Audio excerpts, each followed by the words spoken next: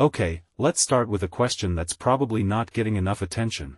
When a city becomes a microwave, who's stuck on the highest heat setting? Because here's the thing, climate change isn't just melting glaciers. It's turning our streets into ovens, and the people without roofs or AC? They're the ones getting baked alive. Now, I'm not talking about forgetting sunscreen. I'm talking about a systemic failure where cities built for cars and concrete forget that humans need shade, water, and dignity. Let me break this down. Urban areas are literal heat traps, those shiny skyscrapers. They're not just reflecting light, they're weaponizing it. Asphalt roads, zero trees, zero breeze. Imagine walking through a parking lot in Death Valley. Now imagine that's your bedroom, bathroom, and job interview room. That's daily life for someone sleeping rough. But wait, why does this matter more now? Because the same governments that ignored climate warnings are now scrambling as heatwaves shatter records. And who's paying the price? The homeless. Not because they're lazy or addicted, that's the lazy narrative we need to burn, no pun intended.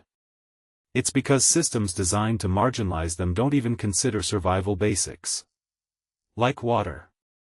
In Manchester, you can't even find a public tap to drink from, but we're surprised when people collapse from heatstroke? What fascinates me, and infuriates me, is how solutions often miss the point. Charities handing out sunscreen? Noble, but let's call it what it is, a band-aid on a bleeding artery. The real issue? Hostile architecture. Cities installing spikes on benches, removing park benches entirely, turning public spaces into exclusion zones. Ever heard of Toronto's Cool Spaces network? Over 500 places to escape heat? That's not charity, it's accountability. But the UK? Still debating if water fountains are luxuries. Here's the deeper problem. We treat homelessness as a personal failure, not a societal crime. And when heatwaves hit, the same people society ignores become invisible victims. Drowning in rivers they use to cool off. That's not carelessness, it's desperation. And the research? It's screaming that future heatwaves will be worse, but we're still sidelining the very people who've lived through this for decades. How arrogant is that?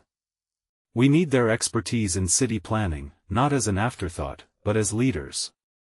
Because if you've survived 40 degrees Celsius on concrete, you know more about heat resilience than any bureaucrat with a spreadsheet.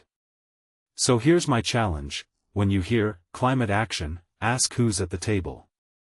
If it's not the homeless, the migrants, the elderly on fixed incomes, then it's not climate action. It's theater. And until we redesign cities for the most vulnerable, we're all just pretending to care. What's your take? Drop it below, because this isn't just their crisis. It's ours.